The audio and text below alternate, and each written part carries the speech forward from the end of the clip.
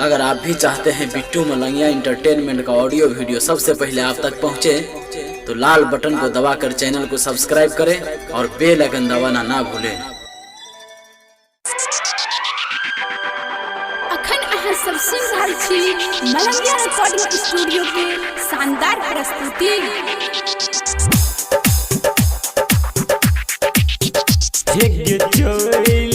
जहिबा ससुरा पियावा के तुगे पाक हेगे चली जहिबा ससुरा पियावा के तुगे पाक हम फसरी लगा कमर बऊ कल कलही गाछी जाक हम फसरी लगा कमर बऊ कल कलही गाछी जाक हेगे चले जइबा ससुरा पियावा के तुगे पाक हम फसरी लगा कमर बऊ अतिहार गाछी जाक हम फसरी लगा कमर बऊ कल कलही गाछी जाक मोती हरी कल कलही गाछी जाक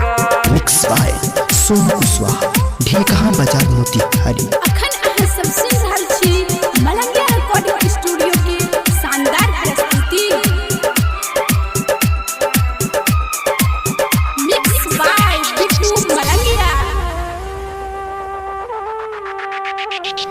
फोन करई छलियो तोरा फोन नहीं उठाब छलही फोन करई छलियो तोरा फोन नहीं उठाब छलही फोन नहीं उठाक छौरी हमरा तरपाब छलही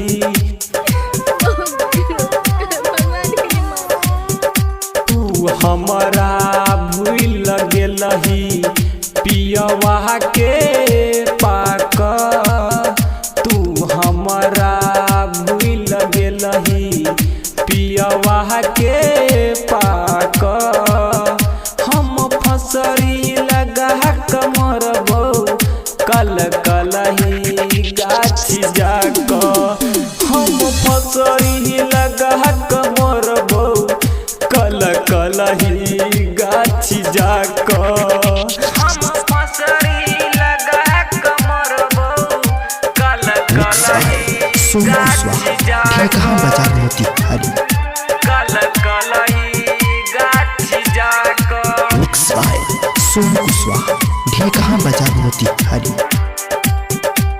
अखन अहाँ सब सुन रहल छी मलंगिया रिकॉर्डिंग स्टूडियो के शानदार प्रस्तुति। Mix by Bittu Malangia.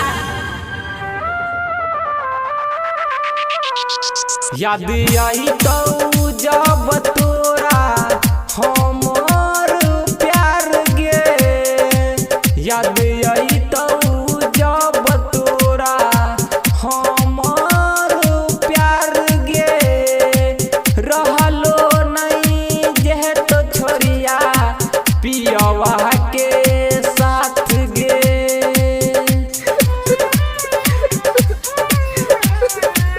पुन्नू लाल के भूले लही एनी के राजा के पाक पुन्नू लाल के भूले लही एनी के राजा के पाक हम फसरी लगा कमर बऊ कल कलही गाछी जाक हेगे चली जहिबा ससुरा पियावा के तुगे पाक हेगे चली जहिबा ससुरा पियावा के तुगे पाक हम फसरी लगा कमर बऊ कल कलही गाछी जाक हम फसरी लगा कमर बऊ कल कलही गाछी जाक